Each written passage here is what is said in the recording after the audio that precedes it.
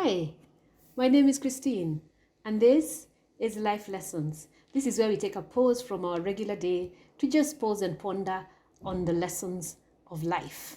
Today's lesson is entitled, What is Really Yours? At one point, a spiritual teacher was asked, What is real? And he said, That is real which doesn't change. That is real which doesn't change. I want to borrow the tone of that answer to say, what is really yours? That is yours which cannot be taken away from you. Now, your family can be taken away from you. Your property can be taken away from you. That's what the entire insurance industry is about. In fact, even your citizenship can be taken away from you. I'm aware of an African president who lost the citizenship of the country that he had ruled for years. So some of the things we think are permanent can actually be taken away from us. So it might be a good idea for us to ponder, what is it then that is really yours? I read the story of an artist who walked into an airport. He was coming back home into his country. And for some reason during the trip, he had lost his passport. And so he goes into the queue and he tries to tell the security officers, I'm coming home, I'm from this country. And they told him, so show us your passport. He said, guys, I have lost my passport. I have a lot of documents that say my name is so-and-so, but I have lost, don't you know me? I'm a famous artist. They said, do you know how many imposters come through here? You don't look like that artist, you look like that guy, but how do we know you're the one? That's why we need your document.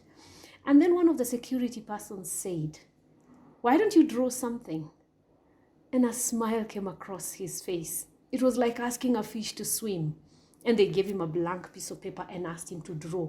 He drew and drew and drew, and all of them agreed this is who he is who is proposing to be. This is not an imposter, this is the famous artist.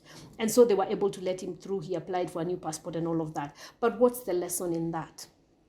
I actually had a similar experience, definitely not at that scale, but I was speaking to a new client a while back. Now, these guys were using a platform I wasn't as familiar with. There's one or two platforms that I'm very familiar with that I use on a day-to-day. This was not one of those.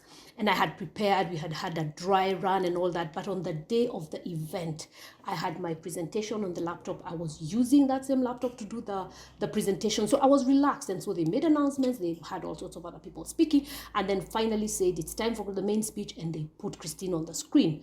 As soon as they put me full screen on the screen, I could not access my notes.